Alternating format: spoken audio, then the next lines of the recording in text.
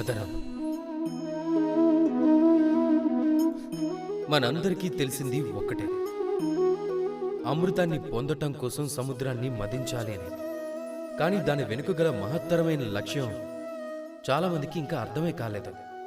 ఈరోజు ఆ మహా లక్ష్యాన్ని గురించి మీకు వివరంగా చెప్తాను.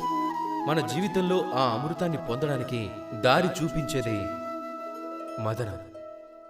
ఇక ఆ తరువాత దానికి కావాల్సింది సంకల్పం, ఆ తరువాత ఏర్పాట్లు.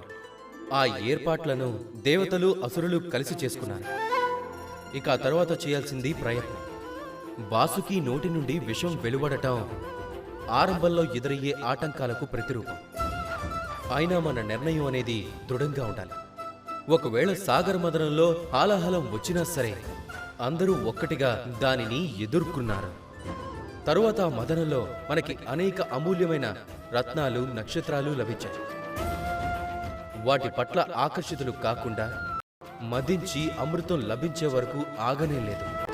ఇక అదే విధంగా మీరు మీ జీవితంలో సంకల్పం, సహకారం, ప్రయత్నం, దృఢ నిశ్చయం, పట్టుదల, ఆకర్షణల పట్ల విరక్తి, ఈ గుణాలు మీలో పెంచుకుంటూ పోతే గనుక మీకు కూడా మీ జీవితంలో అమృతం తప్పకుండా లభిస్తుంది.